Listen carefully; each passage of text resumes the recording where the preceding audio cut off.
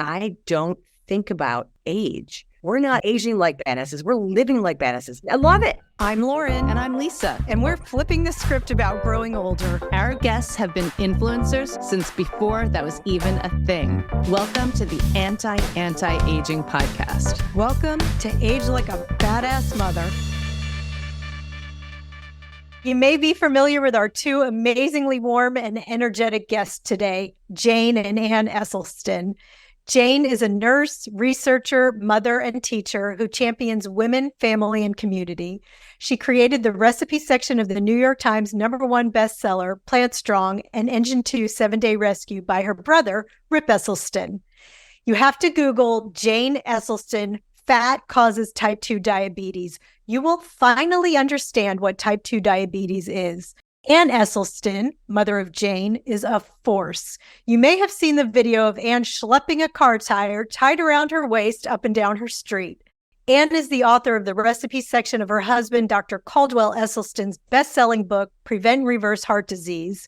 She counsels patients along with her husband, helping them to reverse heart disease with plants. This dynamic mother-daughter duo hosts the wildly popular YouTube channel where they cook up delicious plant-based meals and hilarity. You may also know them from their cookbook, Be a Plant-Based Woman Warrior. Jane and Ann, say it with me. Live fierce, stay bold, eat delicious. Yes. You did a good job. You put your own spin on that, which was nice. It was good. But I just said to you, I am way more interested in learning about each of you than to talk at all about us. Yeah. Oh my gosh. Boring compared to you two. If there's ever an example of aging like a badass mother, it's the two of you, your whole family, really, but the two of you as women and inspirations to us. So we want your secrets. Can you say how old you are, both of you? I'm 58, and my mom is 30 years older than I am. 88. Yeah. 88. Amazing. And I'm 55 and Lisa's 60. So Jane and Lisa and I are all close. And then you are showing us, Ann, what we can be. Yeah, I mean, it's obvious to me, like plant-based is a huge part of your health and vitality. But like, I also see, because I've been following you both for a long time, and you've got humor and your physical activity, like you're, pulling the tires and moving your bodies. And then also what I really admire so much too, which is something that a lot of us miss out on, is that your family is very, very close. That's true. I feel like that is, I don't know, a special spice. It's a special ingredient that not every family, I think, would function well if they were all together.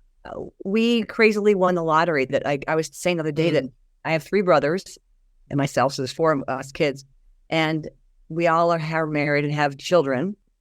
And we oddly want to get together all the time. And we're a wobbly big group of 20. Grandchildren are pairing up with partners and things. So it's getting a little wobbly, a little bigger. And it's strong and sustainable and supportive.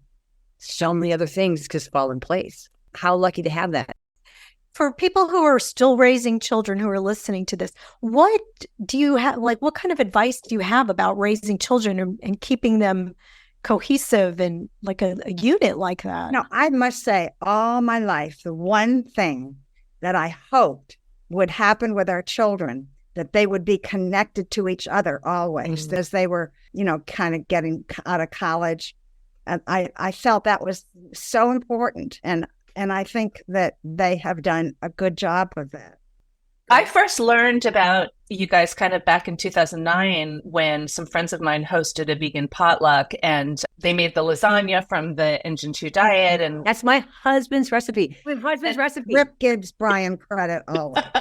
I lived in Austin. So, that's when I first, heard about it. And I thought I was very interested. And then I lived in Rip's neighborhood and went to his potluck sometimes. But I'm curious, though, because I don't know a lot about your other children. So where did it start? Did it start with Essie? Yes. The amazing thing is that in 1983-ish, Essie just had decided, he was a general surgeon, and he didn't feel that he was making any difference for breast cancer coming through. And anyway, he's like a carpenter, just like he got it. He looked a little global research, saw that, Mhm. in Japan, I mean, people didn't have breast cancer. I mean, so Epidemiologically, it was pretty clear that it was only in certain places. so what he did is we started then. We had always been a close family. Everybody went off to college, but it has stuck. It has stuck. And I cannot tell you that we have our 4 children are all,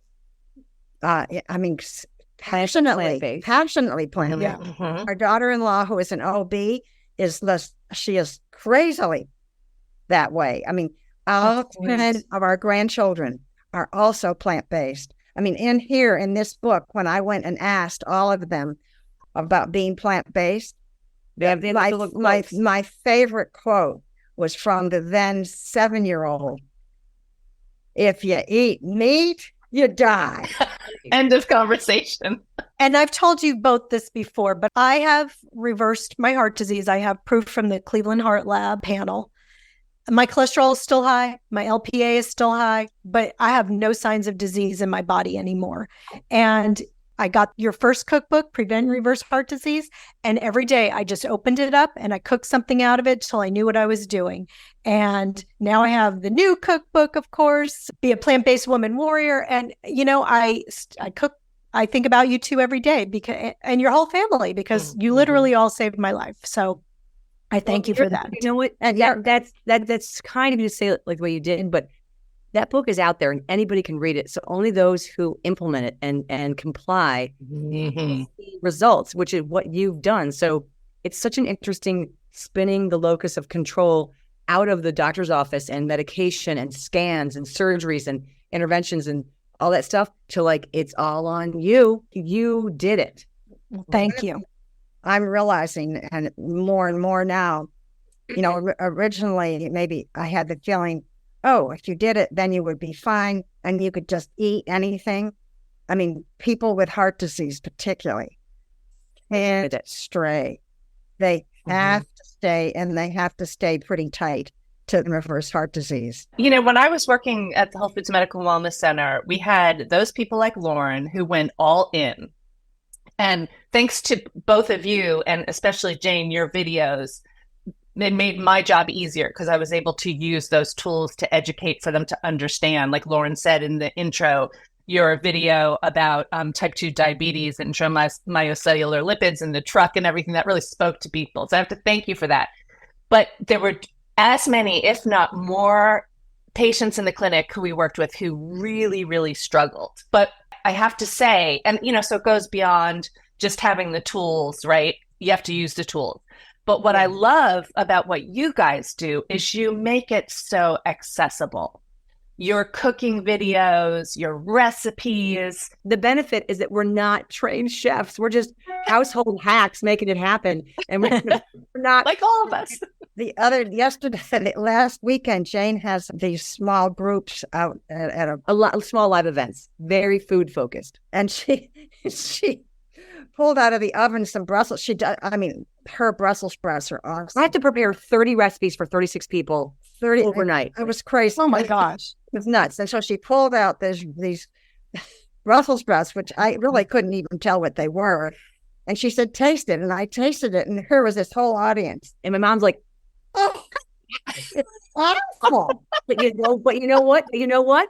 People loved them because they had those expectations. No, we were like, this is awful. But like, I wanted to show you that, we usually everything's so perfect in our kitchen. Right. So I put them out there, gone. Everyone's like, these are delicious. I'm a cracker. And one of my staff members who works all the time with us, she was like, Jane, I've made every recipe in the book. She was one of the recipe testers. She's like, I don't remember this one. I'm like, over marinate the sweet and savory Brussels sprouts. You know what? But that's the thing. You can't make a mistake when you're cooking because you can usually correct it or whatever, or people will just choke it down. No, but don't you find that when you cooked it, you don't mind eating it because you know what's in it and you're okay? Yes. Yeah. Yes. That's nice. But to Jane's point, though, it's not like you're like, Julia Child in there with all French techniques. You're like, get some balsamic vinegar, get a roasting pan with some parchment paper. Like, you're making it so easy for the rest of us. And it wasn't even on the list. Like, this is a bonus recipe and it's horrible. I'm so sorry. Somebody should hire Jane to be a test taster and a smeller. My nose can wake me up at night. Yes. That's how I knew I was pregnant. Like, I couldn't stand the smell of my lipstick all 3 times. I was like, my favorite food, garlic. I love garlic. But when I was pregnant, I was like, oh, yeah. It was raw onion. Oh my God. Wow. Isn't that amazing? I'm getting better. I don't love them. That's so you don't funny. love raw onions? I don't love raw onions, but I eat them. I put them in salads and everything, but I just, like a raw onion sandwich. I have to tell you what I was passionate about eating 58 years ago, or 50, who was it with? 56. Liver. I could not get enough liver. That's my mother's favorite. My mother, if it's disgusting, my mother wants to eat it. And chicken livers, loved them. Does your mother eat tongue? Yes. I'm not even. They gave it to me when I was a kid. I was like 6 years old. They got it from the Jewish deli down the street, and I was eating it. And I was like, Grandma, why does this tongue look like a tongue? Is that why they call it tongue? She's like, just eat it. I'll tell you later. I was like, no. Oh, man. Oh, my mother was from the South and my father was from the Philippines. So we had everything from sweetbreads to pig's ears to tripe around our house. It was gross. When my mom cooked tripe, I had to leave the house. Disgusting. That's disgusting. Oh my gosh. I wouldn't eat it. Because Anne, you really didn't, you were older, obviously, when you dove into the whole plant-based style. When we started doing that, we were in Cleveland. Now, McDougall on the West Coast was doing something, but the West Coast was far away. So we just figured it out. That's what we did. And, I made a lot of things that weren't very good, but we ate them because we did and just learned. But you stuck with it because? And, in Cleveland, I was teaching then 6th grade English, and I did a lot of work with vocab. And I remember back then, vocab words that nobody knew were vegan and vegetarian. The world has certainly changed. So, right? Lisa, I think what you're getting at is kind of like this, the 3 reasons why I wanted to push to write this book. The first was, this is a tip of the hat to my mom, because she did this, like she just said, in the 80s, pre-internet, no Whole Food market. Right. Cleveland, Ohio, where like the sexiest spice is garlic soap. And they did it when my dad said, hey, pivot. And she was like, okay, with 4 kids. Talk about being out there over your skis and your neighbors thinking that something's wrong.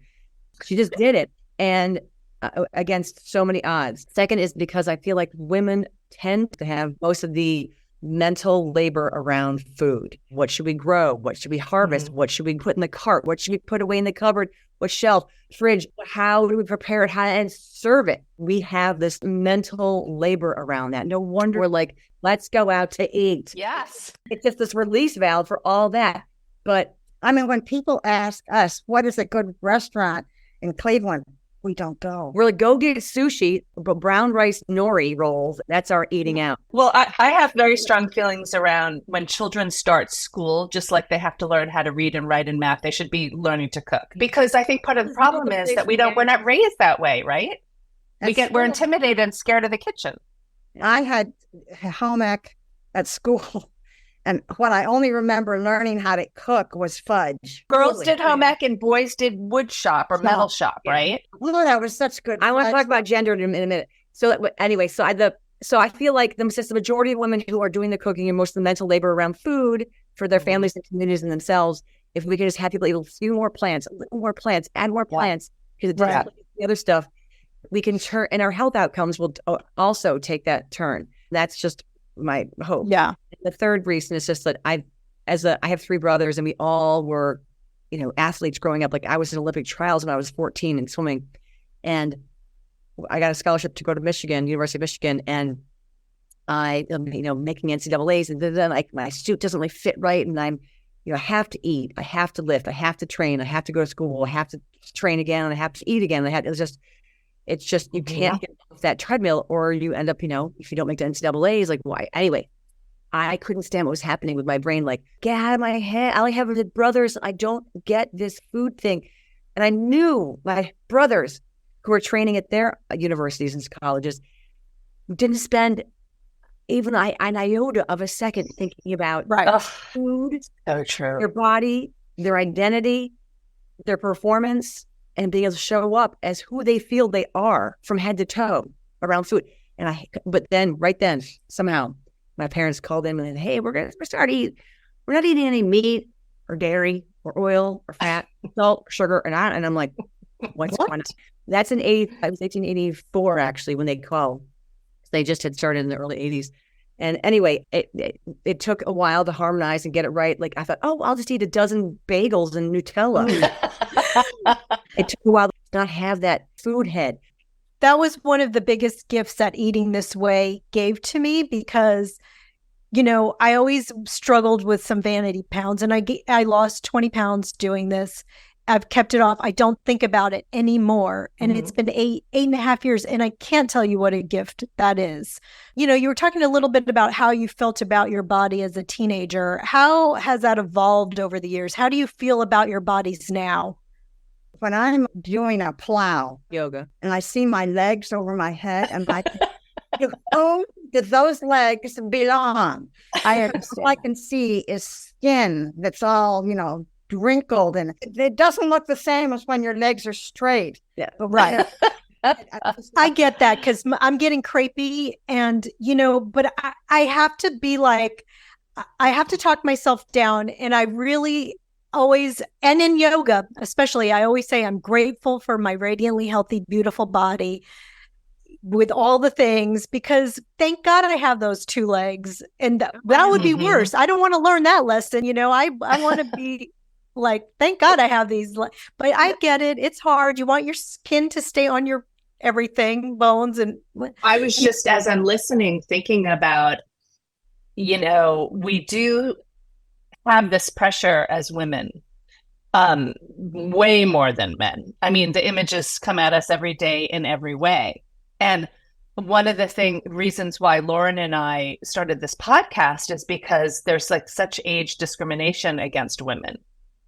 And for me, it's really powerful when women like you can be like, you're living vibrantly because you've made these choices that you don't even have to think about. You eat plant-based, right? It's just become part of your lifestyle. I think those are some of the things like we want to know from you guys. Well, to tell you the truth, I said, Mommy, will you come over earlier? I want to look over the information about these women and their podcasts. And I love their sort of moxie they're coming in with and the energy around it. And I said to Jane, I've already looked them up. And I was like, I want to read it again. And I'm sitting here eating my cereal that she has every day that's made her be just like, she's like a bundle of stem cells. She's just oats and greens and mushrooms and nutritional yeast and all these spices and turmeric and kale and artichoke and just everything your body wants to be supple and delicious all day. And so I'm eating the cereal and I was like, you know what? I really am excited to talk to these women and I'm excited about their podcast. And I love the moxie, the energy behind it. The one thing I have a problem with is I don't think about or wear or use the word age. Like, we're not aging like badasses. We're living like badasses. She's never, ever worn makeup. I don't own makeup. My kids haven't had more for Halloween. Look, come here. This is what we look like. You are gorgeous. Look at your skin. It's incredible. You both are. No, what I'm saying is because this is all we serve up to people. Right. Like, this is the burnt Brussels sprouts. Like, you look great. Are you guys twins? I'm like, no, she's in her 80s and I'm still in my 40s. Whatever. It's been great because like I don't dye my hair. I love having lightning hair. I love it. So this is who we are. We're living with confidence, head to toe. We're not changing a darn thing about the pigment, the shape, the size of who we are, and comfort with our bodies. Just using them every day is something that we totally do because it feels good, not out of a vanity sort of thing. Right. And that makes you feel good about yourself, which I guess might feel me. I'm not saying that we're not vain or whatever, but I'm just trying to say is like I had a really hard time with the word age like a badass. It made her not want to do your podcast at first. She's like, oh, interest. And I was like, listen, I read this stuff. They seem really interesting. And they're just talking about how we live.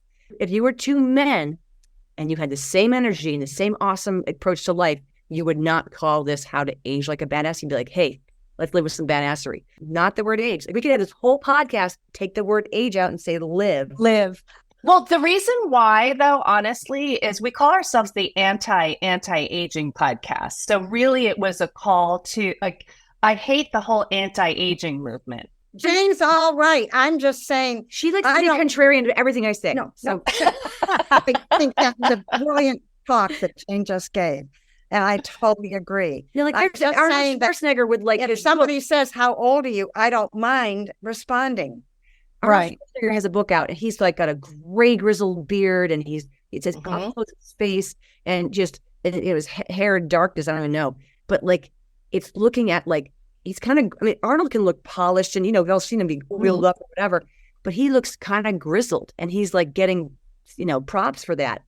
We got to own the same comfortable territory. There's 20 in our family, so her 10 grandchildren. If we can help the women and the men, if we can help all understand that this is normal, then we're going to help them want to be with partners and spouses who look like not us, but like real selves, true selves. It's easy to live this way, self. Yeah, we talk about that a lot because there is, again, it gets back to the pressure on women to look a certain way and the procedures that women feel compelled to do, the fad diets all the time, when what we are really trying to establish here and why we wanted you both on so desperately is because of everything you're saying. It's about the way you live and eat. You don't have to think about it. It's second nature, but it's not the norm. And we do want this to be the norm. We want you to be the norm. I like the idea of crossing out the word age and putting live like a badass mother for our podcast. We may have to change it. We're going to be, I like that. Yes, I think we are be consulting with Jane. But it really is about the anti-aging though. Like I feel like, how like you have to grab attention, like with a lot of the plant-based world, we're doing it for health.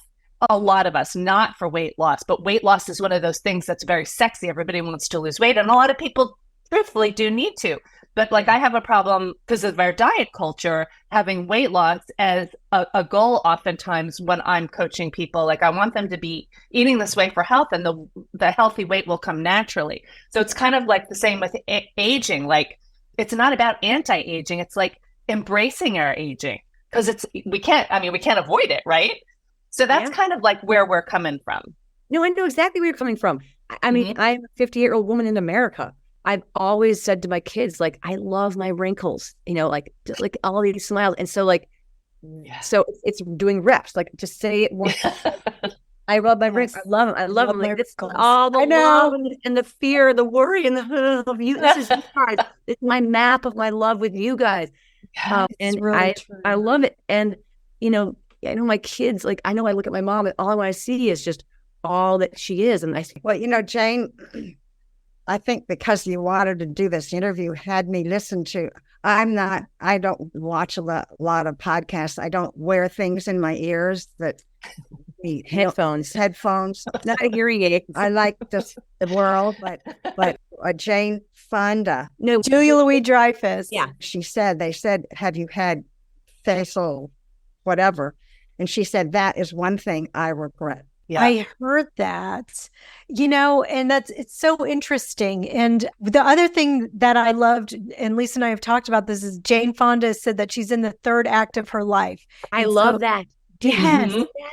Yes. I love that. And you're going to be in your fourth act of your life. I don't feel any different than I felt when I was 50, except I don't jump like I can't jump rope as well. I can't leap as Jane, I wanted to really talk to you because I think that's one thing that people sometimes struggle with when they age is their sex life. We've got to get to the clitoris. I want to be a member of the clitorati. How do I do it? Talk to us about that. When I heard that there were 10,000 nerves in the clitoris, like 10K, and there's only 4K in the penis, I need to have a 10K for the 10K. We need to get this to be part of the conversation. We need to elevate this to be normalized. That we have 2.5 times the capacity for pleasure than men have. Mm-hmm. And this whole world is so focused on, there's movies called Get Hard. Right. Like rated PG. Everyone to see.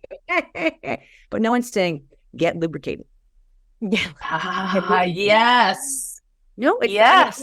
the 50-50 of the world, the yin yang. You could have three brothers growing up, and Steve, you don't always trying to be on equal sides of the equation, or in the Title IX era, try being an athlete. Yes. So this whole thing about grabbing a 10K for the 10K, I really wanted to focus on the clitoris and not like a diamond shape, like an ovoid, like here's the vagina. That's the target for penile pleasure. Yeah. It's not so many, 2/3 to 3/4 of women do not experience pleasure with penetrative sex. So Right.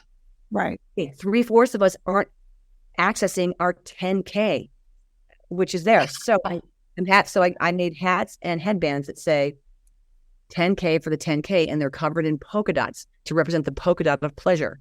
And when you got one of these headbands or hats, I said, please gather on 10/10 on October 10th with your friends, your clitorati, and discuss these 10 questions. And I had 10 questions that people could talk about. And I had sort of a pilot study with our neighborhood, with these great women I've grown up with. Like I've been here since I was born.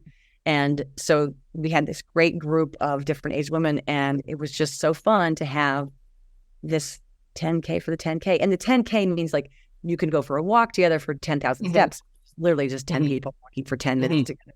And every step represents a nerve for pleasure in women. We chose to sit together for 10,000 seconds, which was for 2.5 hours or something. But I have one of my friends played croquet for the 10K, croquet for the 10K, which was... Ooh, I like that. Croquet. Yeah, I was very sad when I saw that I'd missed it. So is it going to be a yearly event? It's an ongoing campaign, and it's an ongoing campaign. If you're interested, I should actually... Yes. We can put it in the show notes.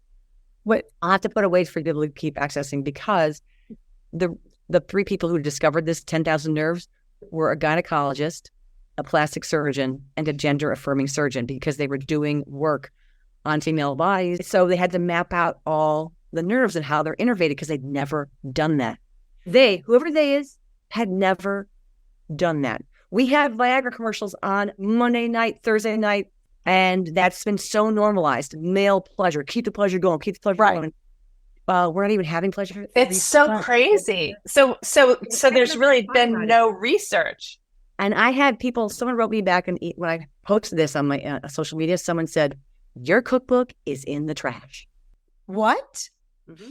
I don't touch that kind of stuff, because the community takes care. Someone's like, sure, sounds like you need to get in touch with your polka dot. Right. Well, that's a whole other conversation about our puritanical society and patriarchy and all of the above, and why we don't have more comfort around conversations about our sex organs and pleasure and women, Well, I have a question about my sex organ and my pleasure. So I haven't gone through menopause yet, but I feel like I had the first sign. I had like a little warm flash the other day, and my period is getting lighter. But I feel like it is harder for me to have an orgasm. And also I feel like this is very personal, but I feel like I need to share this, because other people might be having this situation. But so I feel like it's harder for me to have an orgasm, and then we'll get the vibrator. And then, so I feel like I'm breaking my vagina. Am I breaking my vagina by giving it too much stimulation, or what? Jane Fonda has a really good new vibrator. That's Frankie and... Oh, that's Frankie and Grace. Oh, yes. Gracie and love Frankie. That. Yes, their vibrator. I love that. I know, because she has it, because in the show they did it. Oh, God. Okay. So why is it harder? Why is it harder for me? And what am I breaking my vagina with my vibrator? Okay, a couple things. And I'm pretty sure I'm in menopause, but I don't really have any symptoms, which is right. And so the estrogen that's in my body is coming from what's left in our bodies that makes estrogen, which is not your ovaries after a while. It's some of your fat cells. You have to have fat cells on your body. Right. It's healthy to have fat cells. And so that makes a little estrogen, but it's not, it's mellowed out. And like you, I occasionally have a little warm wind. I'd be like, is that warm? It happened to me once. I'm like, oh, that's it. Like it's just a warm wind, like a little zephyr, which is kind. It has not been disruptive of anything. So, but I would not ever put menopause in the way of having pleasure. The number one sex organ in your body is your brain. Emily Nagoski, Come As You Are. Please, every human on earth read that or listen to it or both. And they talk a lot about spontaneous desire and responsive desire. I mean, we're so busy and we're so distracted and we have so much going on that we don't often feel like spontaneous desire. I mean, maybe if we're, 15, 16, like, oh my God. You guys don't schedule it? No, so we had to schedule it.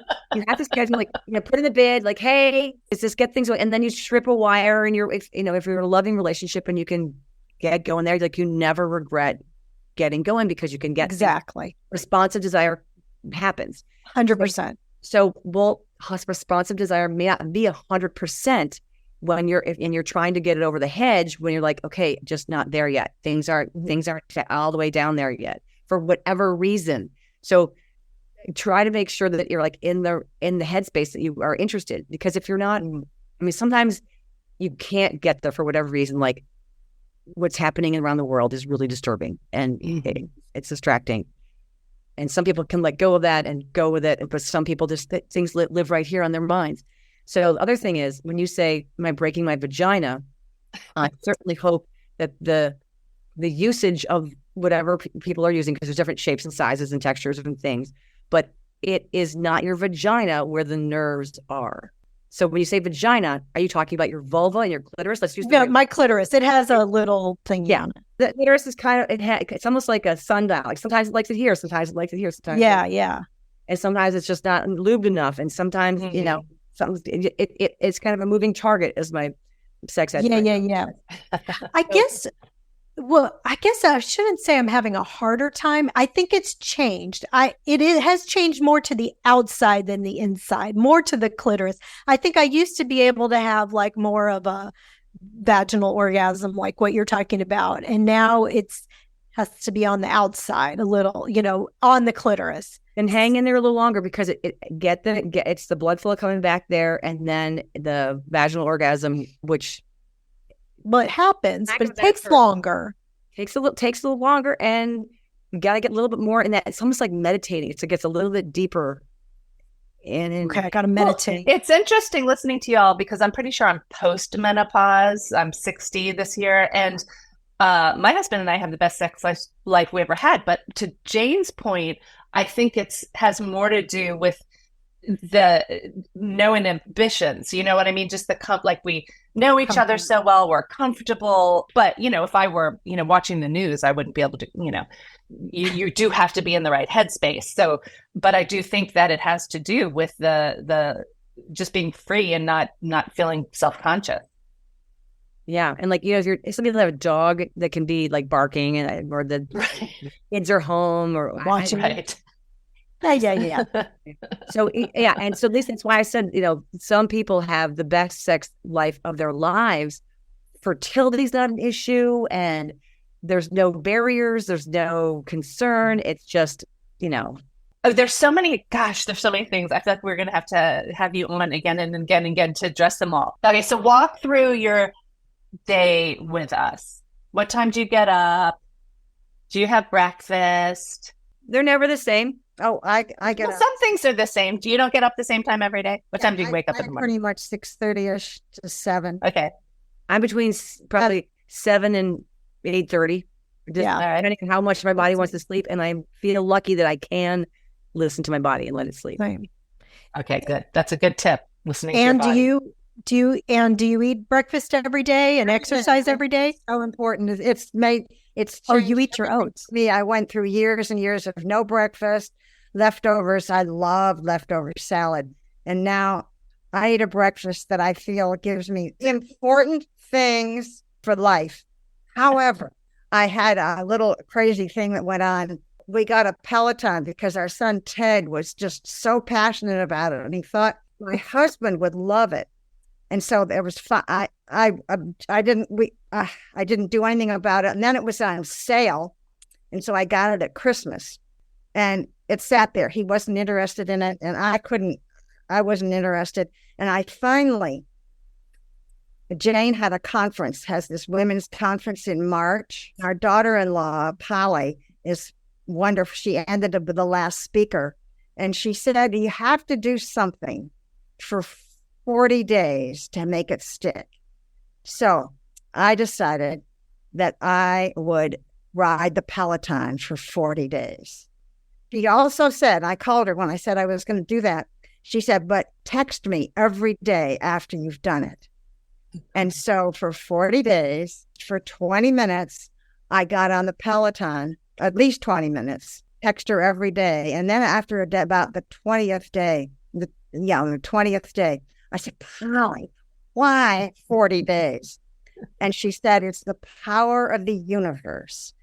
And it's a sacred number. It comes up in all kinds of traditions, and you seem to have the universe behind you. And so I love it. Anyway, I kept on, and when I finally stopped, I thought, I don't have to do it. And the next day, I waited a little, and then I thought, no, I'm going to do it. And so I have done it. So when Jane was about to talk about my breakfast, so sometimes my breakfast is later than it used to be because I exercise. You do the Peloton. And I not necessarily I also do maybe an hour of various other things. But it's just oats and kale and mushrooms and... Oh, the savory oats. Yes. Do something for 40 days and it's yours. Yes. And you saying, occasionally I'll call my mom and like, hey, I'm heading to the store. Do you want anything, or do you want to go together? Because we go together all the time. It's so fun to go to the store. Sure. I love that. I do that with my daughter, Jane. My daughter is Jane, and she loves to go to the store with me. Oh, yes. You probably buy all the food for her, right? Yeah. Sometimes. Yeah, she often buys for me. Anyway, so I'll call it, and it's like 11:30 or something. And she's like, well, I just having breakfast. So it's not like she wakes up and has it. But you said our days are like, I don't work in a 9 to 5 or whatever. Our life is kind of like a snake eating an egg. Like we had an event last weekend. So I was up all week long up before getting so many things dialed in. Like I had to make flirty recipes. Well, I had to make like the Lucky Nuts and then have them, get them, cool them, freeze them, choose, and then make the amaretto chocolate cherry nut hazelnut scones ahead of time, cool them, freeze them, choose. And you're making for three dozen of all this stuff. And then you can shop for that stuff over the weekend. But then during the week, okay, let's get the potatoes and get that all dialed in and get those ready and get Hasselbacked and all these things you have to do to food. And then the next day, get all the fresh stuff. And then the final day, like the cilantro and the berries and the things that are really fragile. So you're just organizing and prepping and storing and laying out and printing up and, I mean, name tags. It's just, it's like having a wedding whenever we have events. So there's a lot that goes into that. And so we'll have those events. And then we go my brother has events twice a year, every year in March around the International Day of the Woman, which is March 9th or March 8th. Sorry. I have an event. So I've had the event for the last almost 10 years, and it's never been on the 8th. It's been on like the 7th, then the 9th, 10th, 11th, 12th. It's just never been the 8th itself. I can't wait I think next year it's going to be. I've been to your event and it's amazing. And you guys worked so hard and you did a cooking demo. And of course it was hilarious. And of course food fell on the floor and you're like, oh, I know my mom's going to pack this up for my dad to take it on the plane. And she did. It fell on the floor and she's packing it up for Essie to take on the plane because he had to go somewhere. Were you there when she took the salad dressing and she was shaking it and the lid flew off and it went all over the carpeted stage of the Cleveland Clinic Wellness Institute? I can't remember. Oh my God. It might have been. I remember things were definitely on the floor. But I mean, that's life, It's always like that. Keeping it real. I think that if I were working and I was getting up to go to work at 6:30 or 7, I would have a good breakfast before. I mean, I think that is a key thing, and it is. I think you should find a breakfast that you like, that's nutritious and right, and eat it every day. I mean, I just feel like that. If you don't do it, I mean, oats have got benefits that nothing else has. Toast, which is stupid, and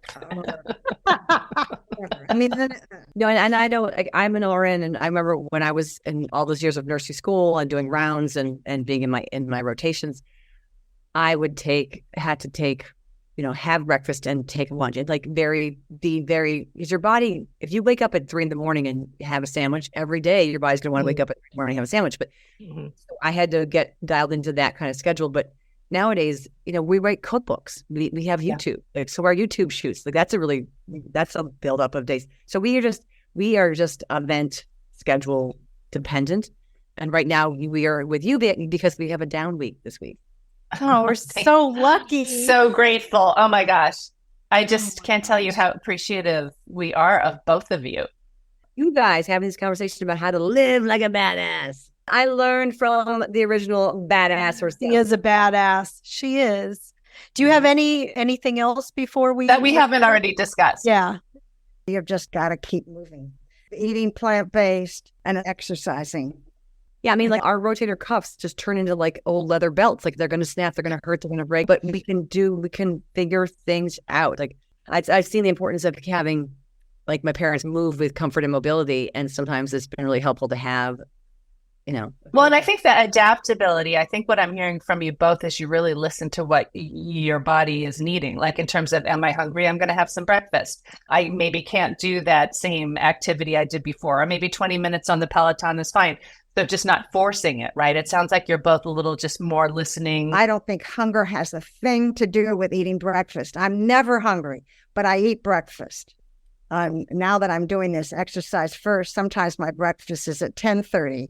Some people need to. They wake up starving, and I hate even really talk. I don't like talking about the time that we eat the day because people think that we're like, oh, are you a 16-hour intermittent faster? Are you a 10-10-20? I'm like, we don't count calories. We don't count servings. We don't wear watches. We don't count steps. We don't. Somebody gave me one of those step counting watches, and I turned out to be allergic to them. Really? I'm allergic to them too here.